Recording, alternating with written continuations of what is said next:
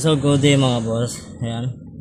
Ito may backplate tayo dito tapos mayroon tayong slide fish. Ayan. Ang ano lang kasi dito is maluwag na to. Kaya kung nakikita nyo nalalaglag na ng kusa, di ba? Ayan. Sa mga gantong huwag tayong basta-basta magpapalit kung gusto natin makatipid, di ba? Yung iba kasi mekaniko pag sinabing nakita na ipapakita sa may-ari na nalaglag, yun, papalitan na kagad. Ito may ginagawa kasi ako dito na para makatipid tayo at hindi na muna tayo magpalit kasi ang pinaka naging issue naman nito yung yun dito. Ayan, ito naman ang pinaka kailangan dyan ito kasi yung pinaka damper dito sa may pulley. Ayan, para hindi magasgas to. Ayan ngayon goods naman siya, wala namang alog.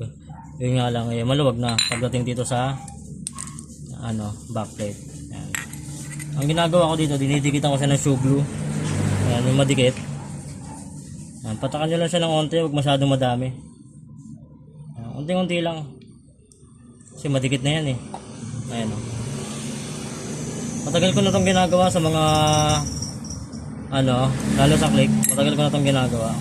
Bakit kasi pag nagpalit tayo ng replacement, lalo na yung mga TTGR, tapos yung may mga pangalan na Racing Monkey, yan, pangit yung mga ganun, malambot, hindi kaya sa mga init. Yan, di tulad nito, yan, stock pa din siya. Yun nga lang, dinikitan natin para hindi na ito matanggal. Yan. Patutuyuin na lang natin to. Yan. Ayan goods yan, wala namang mangyaring masama dyan. Yan.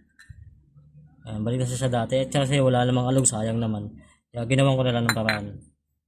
Yun ang mga lods. Thank you.